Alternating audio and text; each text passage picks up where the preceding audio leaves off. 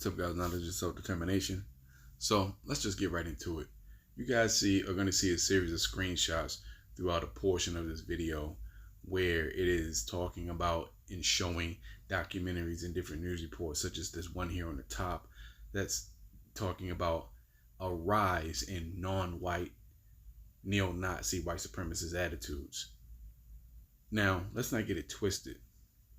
Some of these videos and documentaries and in news broadcasts are old, 5 years, 8 years, 3 years, and some of them are relatively new, 2 weeks, 3 weeks, a couple of days old. The point is that there is a continuation and a consistent drumbeat of neo-Nazi terror, white supremacist ideology that is being conveyed throughout the non-black world. And why do I say the non-black world? Because like the first title that I read, there's a rise in white supremacist ideology and thinking throughout the world. Or rather, how should I say, a rise in non-white people embracing white supremacy ideology. Like I said in my last video with the BRICS Union. Yes, in Brazil, there's a rise in neo-Nazi ideology, white supremacist ideology in Brazil, the largest colony of African people outside of Africa. We have places like Italy. There are places like China, Russia, Germany even. Even though you could be arrested in Germany for throwing up a Nazi salute, there's still a rise in neo-Nazi or a resurgence in Germany of neo-Nazi white supremacist ideology. We are not safe. Now, I haven't watched all of these videos and or documentaries, but I plan on watching a good number of them. And I think I'm going to continue on with that trend because I think this is something that is needed. It's time to stop sleeping. It's time for us to wake up. It's time for us to really get our head in the game. Because no matter how you try to skirt the issue, there is a rise in white supremacist neo-Nazi fascism throughout the world, all across the European continent. In virtually every European nation, there is a surge in neo-Nazi right-wing white supremacist ideology. A surge. These people worship Hitler. See, I've been thinking about this. Why is there always some documentary about World War II, or some documentary about Mein Kampf, or documentary about history? Now, on one hand, I know that Jewish people don't ever want you to forget the atrocities that they went through, but this is also kind of like a training regimen for these people. They're learning about the tactics and things that Hitler did, his speeches and his manner of speaking, and the way he convinced his people to go along with his ideology. These people are learning from this. They're not being deterred.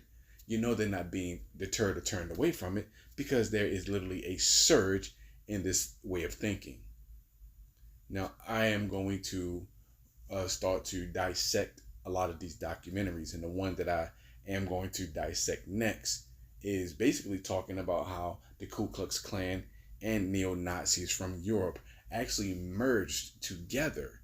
And I think this is where we get the birth of this kindred spirit, this connection with all of these groups across the world, which is why I say white supremacy, neo-Nazi, fascist ideology, because it's not just one group. These people have the same train of thought all across the board. They may at one point have been different entities, but they are so similar now. If you notice from a lot of their flags, they have a combination of a lot of different symbols sewn and stitched into one flag.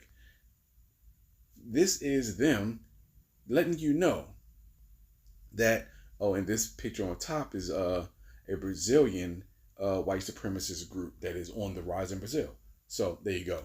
Have at it, BRICS. Have fun with those assholes.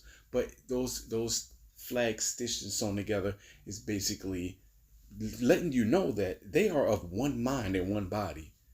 They don't like black people. Now I know that other people are, on the menu for them. But if you look at the data, if you look at the statistics, the rise in right wing ideology, the rise in hate crimes are affecting us as black people more than anybody. Hate crimes against us have risen consistently over the years. And later on in this video, I will put up some imagery to actually back up what I'm saying. I'll put up some graphs and some figures so that you can actually see what I'm talking about.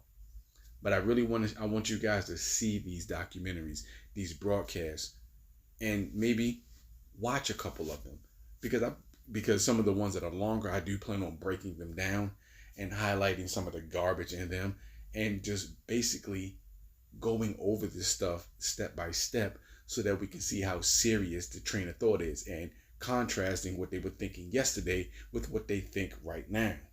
Because there is very little difference in the neo-Nazi white supremacists of yesterday, other than they may be a little bit more sophisticated because of technology, and they are more interconnected now than they've ever been because of the internet. I truly believe that we don't have time to shuck and jive. We don't have time to play around. We don't have time to try and build a multicolor coalition with all these different people. If you sleep on these people, you will get yourself slumped. If you think these people are not serious about their hatred towards you, you will find yourself in a world of hurt. I believe that them trying to attack the infrastructure, mainly the power grid, is one of the tactics that they will continue to employ. In my last video, 26 attacks on power substations in just the year 2022. And with what I believe to be a resurgence in the COVID virus with these new variants, they're going to continue to try to disrupt the quote-unquote natural flow of the country so that they can spur this race war on. The race war has already begun, but what they want to introduce now is a purge of black people. Sure, other non-white people might end up being victims, but if you go along with white supremacy ideology, most likely they'll let you fight with them, or at least take up a particular point in their aggression against us so that they don't have to. And trust and believe there are more than enough of these non-black, non-white people willing to pick up the mantle and do the bidding of their white supremacist masters. The pandemic has put our societies to the test, revealing long-standing fractures and injustices. In Europe, the United States and elsewhere, white supremacists are organizing and recruiting across borders, shamelessly flaunting the symbols of the Nazis and their murderous ambitions. Just to give you guys a quick overview of some of the images that you're seeing now, this basically are statistics on the rise in hate crimes against black people.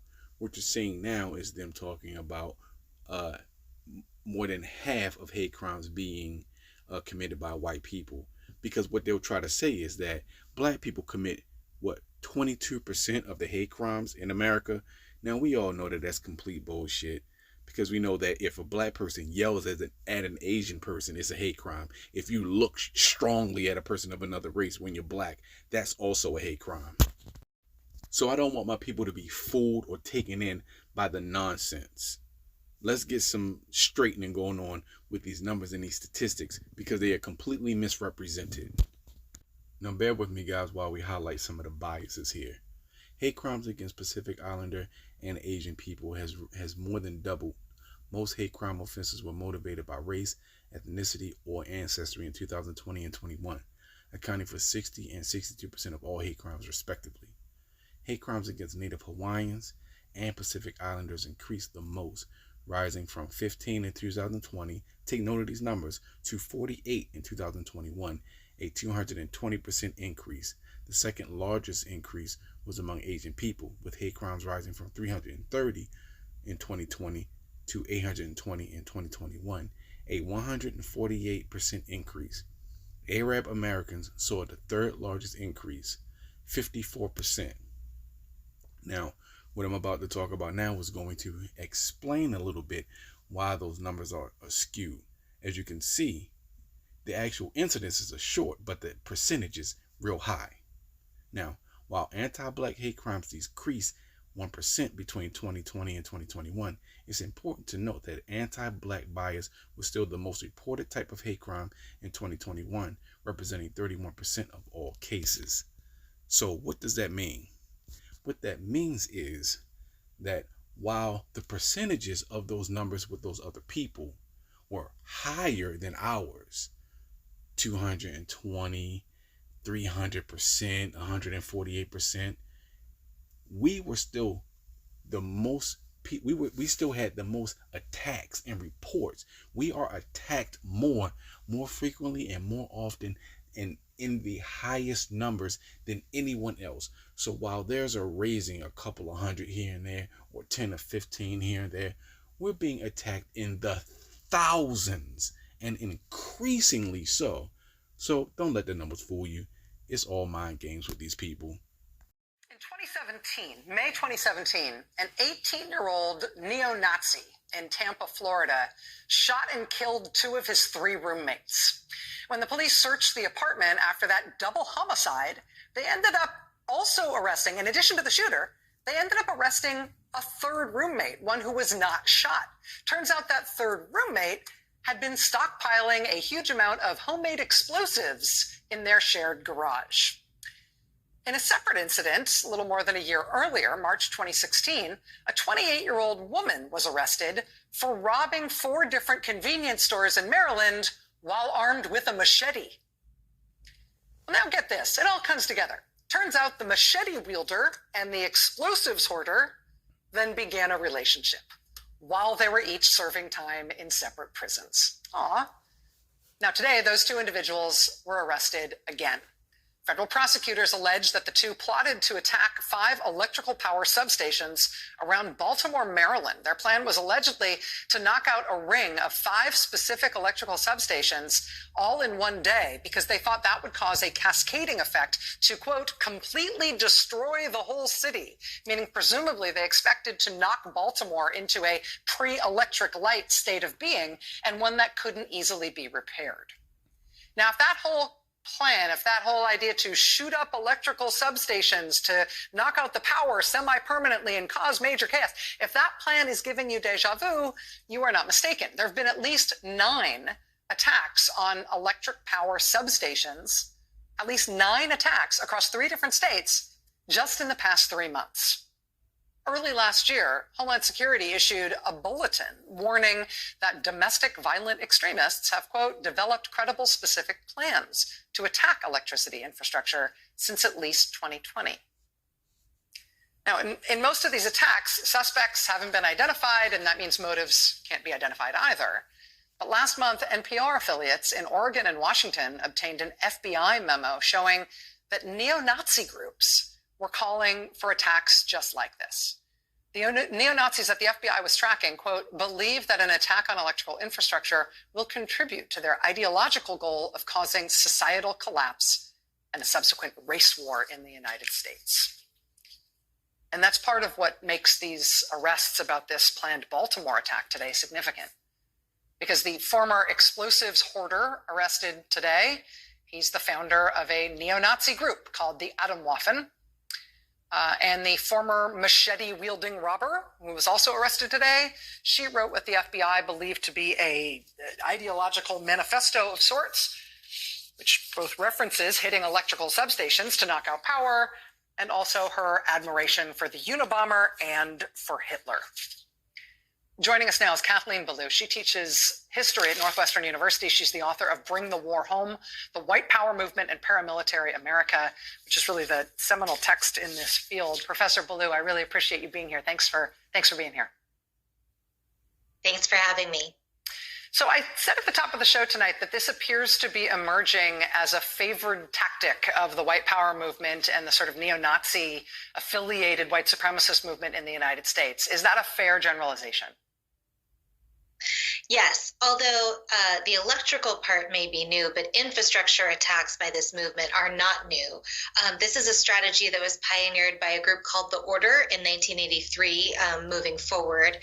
And that group is sort of the base of the tactical base for Atomwaffen Division, which translates to the base. So infrastructure attacks are one kind of violence among several others that are all laid out in a strategy in common in order to bring about what the movement seeks, which is the overthrow of the United States, the creation of a white ethno-state, mass violence against communities of color, and even genocide against non-white peoples. So infrastructure attacks sit next to show of force violence like the January 6th attack on the Capitol and mass casualty violence like the Oklahoma City bombing. All of these exist together within one broad ideology in the white power movement. I've heard this described as accelerationist tactics, and I know that's an awkward word, but I wonder if you can sort of explain the thinking there, because I feel like there's a little bit of a leap of logic to it, which makes it not translate to non-expert sort of just news consumers about this. I mean, the idea is that you'd attack infrastructure, you'd cause people material pain, you'd cause chaos and upset, and then somehow there's a slippery slope that results in race war and white people taking over and genocide against non-white people. Like, why do they believe that infrastructure attacks and resulting chaos ultimately accelerate us to some race war future where they think they're going to win? So infrastructure attacks and mass casualty violence and show of power attacks are all meant to do the same thing in the ideology of this movement, which is laid out in books like the Turner Diaries and in movement ideological writings of other kinds. They are all supposed to awaken other people to what these activists see as the staggering state of emergency problems that face white people. The woman arrested today in that piece of writing apparently said to an informant that she would do anything for my people. This is the idea of white people as her race and as her nation. It reflects a sense that white people are being extinguished and will be apocalyptically vanished if action is not taken. So infrastructure attacks like taking out the power supply in Baltimore, taking out heat, taking out the ability of hospitals to perform their operations, right? If you don't have hospital electricity, you can't run the basics of any of our systems. These are meant to make other white people awaken to these injustices as perceived by these activists so that everyone will rise up a little bit at a time against the broader, what they would call the system, which is the United States government. Absolute insanity and holding force on a significant sliver of the white power movement that you're describing, as you said, for at least the last 40 years. Kathleen Belew, Associate Professor of History at Northwestern, author of the seminal text, Bring the War Home.